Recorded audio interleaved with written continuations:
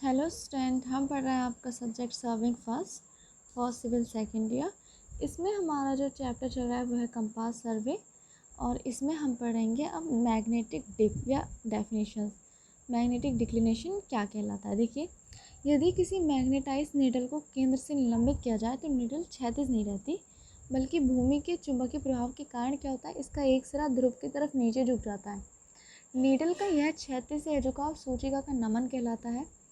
अतः एक संतुलित सूचिका का पृथ्वी के चुंबकीय प्रभाव के कारण क्षैतिज से झुकाव जो होगा वो कहलाता है नमन। क्षैतिज से सूचिका की दिशा का झुकाव क्या कहलाता है? Angle of dip. इसमें हमारा नेक्स्ट आइसोगोनिक लाइन, ये क्या होती है? वह काल्पनिक रेखा जो समान नमन कोण वाले स्थानों को मिलाने से बनती है, आइसोगोनिक लाइन कहलाती है। एक्लिनिक लाइन क्या होती है? वह रेखा जो शून्य नमन कोण वाले स्थानों को मिलाने से बनती है, एक्लिनिक लाइन कहलाती है। Magnetic declination, it is most important. अगर आप ये पढ़ रहे हैं तो आपको पता होना चाहिए कि मैग्नेटिक डिक्लिनेशन क्या होता है, क्योंकि बेसिक छोटे छोटे न्यूमेरिकल्स जो हैं वो मैग्नेटिक डिक्लिनेशन से पूछे जाते हैं। कहते हैं किसी स्थान पर भौगोलिक व चुंबकीय यामोत्तर के बीच के क्षैतिज कोण को क्या कह लेते हैं? Magnetic declination. ये कह रहे हैं कि देखिए बेसिकली क्या होता है आपका मैग्नेटिक डिक्लिनेशन। ये होता है आपका ट्रू मेरिडियन। जो ट्रू मेरिडियन क्या होती है हमारी? ट्रू नॉर्थ पर होती है वो ट्रू मेरिडियन होती है ना, ट्रू मेरिडियन, ठीक। और मैग्नेटिक मेरिडियन, इनके बीच का जो एंगल होता है, मतलब एक तो था कि नॉर्थ की तरफ ही रहता है, ठीक है। एक है कि चुंबक के प्रभाव है पृथ्वी का, उसके कारण जो नॉर्थ बनता है या उसके कारण जो नॉर्थ आता है, ठीक। जो हमारी चुंबकीय नीडल रुकती है जिस काल्पनिक पोल पर, तो वो उनके बीच का जो एंगल होता है, आप ऐसे समझिए ट्रू मेरिडियन और मैग्नेटिक मेरिडियन के बीच का जो एंगल होता है वो हमारा मैग्नेटिक डिक्लिनेशन कहलाता है। ये टू टाइप का होता है। कैसे? यदि चुंबकीय ईस्ट डिक्लिनेशन, ये क्या होता है? यदि चुंबकीय यामोत्तर मैग्नेटिक मेरिडियन, ठीक, यथार्थ यामोत्तर ट्रू मेरिडियन से पूर्व की ओर है, जैसे कि ये ट्रू मेरिडियन है और इससे जो हमारा मैग्नेटिक मेरिडियन है वो ईस्ट दिशा में, ठीक है। ये तो अपनी जगह पर स्थिर रहता है ना, नॉर्थ, तो जो ट्रू नॉर्थ है वो, जो नॉर्थ पोल है वो अपनी जगह पर स्थिर रहेगा, तो उससे जो एंगल मैग्नेटिक मेरिडियन बनाएगी ईस्ट दिशा में वो हमारा कहलाएगा ईस्ट डिक्लिनेशन। अगर ईस्ट डिक्लिनेशन होगा तो पॉजिटिव साइन लगता है, ठीक, या पॉजिटिव डिक्लिनेशन कहलाता है।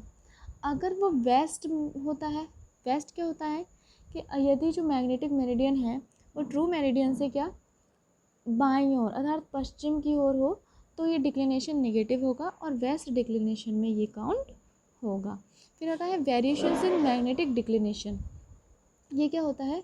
दिक्पात विचरण, जिसे दिक्पात विचरण किसको कहते हैं? मैग्नेटिक डिक्लिनेशन को हिंदी में दिक्पात विचरण कहते हैं, बट मैं कहूँगी कि आप ये टेक्निकल टर्म्स है तो इंग्लिश में भी याद कीजिएगा। दिक्पात विचरण को हम निम्न दो वर्गों में बांटते हैं। पहला, तो देखिए वेरिएशन इन मैग्नेटिक डिक्लिनेशन क्या होता है? दिक्पात विचरण को हम दो वर्गों में रखते हैं। पहला है रेगुलर वेरिएशन एंड सेकंड है इरेगुलर वेरिएशन। तो देखिए रेगुलर वेरिएशंस क्या होता है हमारे? Regular variations is further divided as, कैसे? दैनिक daily variations and annual variations and दीर्घकालिक या सेक्युलर वेरिएशंस। तो देखिए डेली या दैनिक विचरण, डेली वेरिएशन क्या होते हैं? 24 घंटों के अंदर होने वाला जो विचरण होगा वो हमारा क्या कहलाता है? Daily variations. और वार्षिक विचरण या एनुअल वेरिएशन, एक वर्ष की अवधि में होने वाला दिक्पात परिवर्तन एनुअल वेरिएशन कहलाता है। दीर्घकालिक विचरण, ये हमारा क्या है? समस्त प्रकार के सर्वेक्षण कार्यों में सेक्युलर वेरिएशंस का विशेष महत्व है, क्योंकि इसका मान काफ़ी अधिक हो सकता है। जैसे जो अभी तक अभिलेख ज्ञात है उनके अकॉर्डिंग 1680 में जो पेरिस है, दिक्पात का मान 11 डिग्री ईस्ट था, तथा 1820 में यह क्या हुआ? 22 डिग्री वेस्ट हो गया, और इन वर्षों में दिक्पात का मान 33 डिग्री बदल गया। तो आप समझ सकते हैं, ये तो था रेगुलर वेरिएशन में। इरेगुलर वेरिएशन क्या होता है? देखिए, चुंबकीय तूफान, भूकंप, ज्वालामुखी के फटने अथवा अन्य सौर परिवर्तन के कारण होने वाला विचरण को क्या कहते हैं? अनियमित विचरण कहते हैं। इनका समय व मान निश्चित नहीं होता, ये किसी समय हो सकता है। कैलकुलेशन ऑफ ट्रू बियरिंग, ये फॉर्मूले आपको बहुत अच्छे से याद करने हैं।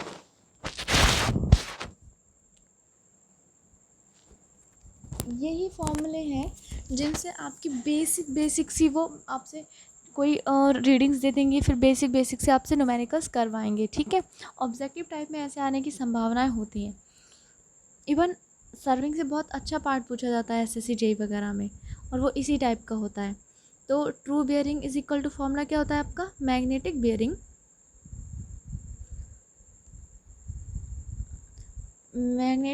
प्लस माइनस डिक्लिनेशन, ठीक है। ये है आपका क्या, ट्रू बियरिंग। और ईस्ट डिक्लेशन, अगर डिक्लिनेशन क्या है, देखिए डिक्लिनेशन क्या है, ईस्ट में होगा तो कौन सा साइन होगा, पॉजिटिव। और अगर डिक्लिनेशन वेस्ट में है तो ये साइन जो हो जाएगा ये निगेटिव हो जाएगा, ठीक। यह नियम केवल WCB के लिए मान्य है, RB के लिए गणनाएं चित्र बनाकर ही करनी चाहिए। आप समझ रहे हैं, अगर RB में आपसे दे रखा हो तो आप चित्र भी बना सकते हैं, नहीं तो डायरेक्ट उसको WCB में कन्वर्ट करें और सिंपल फॉर्मूला लगा दें। तो देखिए मैग्नेटिक मेरिडियन से ही एक न्यूमेरिकल्स उठाते हैं, ठीक है। छोटे छोटे न्यूमेरिकल्स इस टाइप के पूछे जा सकते हैं, देखिए कितने छोटे हैं और इजी भी हैं अगर आप करेंगे तो।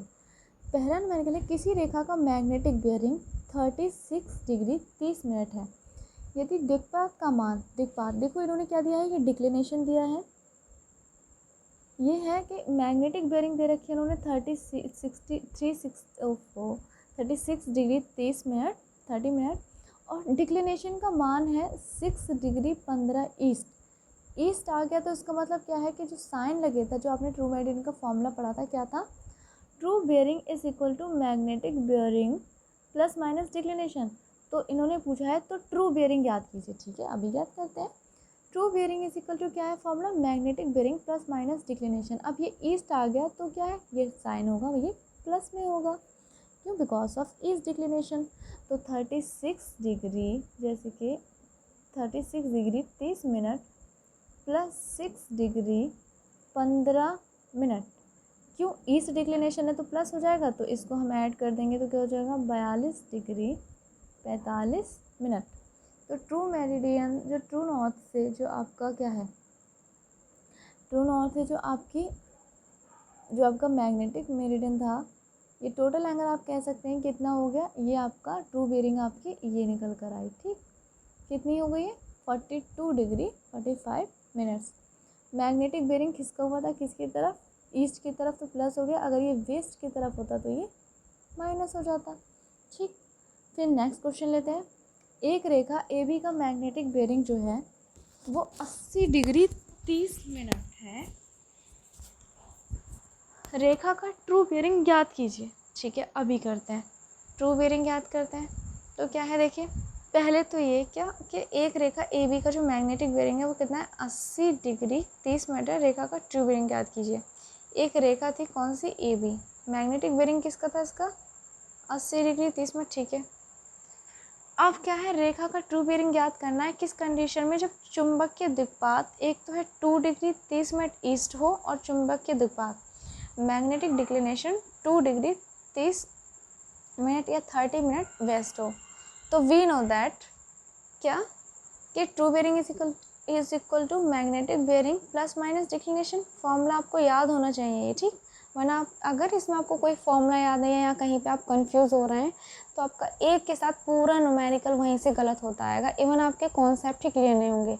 तो इसीलिए मैं कह रही थी कि सर्वे के न्यूमेरिकल्स पढ़ने से पहले आप थ्योरी को इतना अच्छे से समझ लीजिए कि कहीं कोई कन्फ्यूज़न ना हो।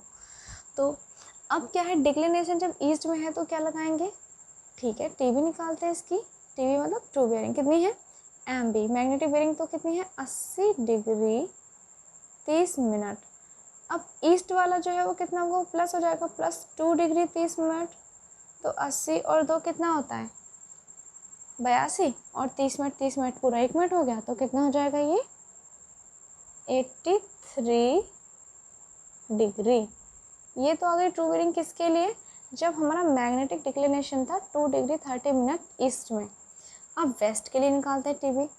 यहाँ पे देखिए वेस्ट में क्या है, वेस्ट का भी उन्होंने बना रखा है, वेस्ट का क्या है 80 डिग्री 30 मिनट, और जो मैग्नेटिक आपका मेरिडियन है, सॉरी जो आपका डिक्लिनेशन है मैग्नेटिक वो कितना है 2 डिग्री 30 मिनट वेस्ट, ठीक। अब ये कैसे निकालेंगे, टीबी इज इक्वल क्या होगा आपका 80 degree 30 minute minus 2 degree 30 minute. अब माइनस क्यों आया, क्यों, because of direction waste, because of west direction की वजह से माइनस साइन आ गया, तो ये हमारा कितना हो जाएगा 78 डिग्री। क्यों? क्योंकि वेस्ट में था ना, देखिए इसका जो डायग्राम बनाया इन्होंने, क्या है एक्चुअल क्या है 78 ट्रू बेयरिंग थी ना, लेकिन जो मैग्नेटिक वो था, जो डिक्लिनेशन था वो 2 डिग्री 30 मिनट वेस्ट की तरफ हो गया था, तो इस वजह से ये 80 डिग्री क्या था 30 मिनट था। अब क्या है, ये इसमें से माइनस हो गया, तो ये हमारा एक्चुअल आ गया 78 डिग्री। आई होप आपको मैग्नेटिक डिक्लिनेशन से रिलेटेड सारे न्यूमेरिकल समझ में आ गए होंगे।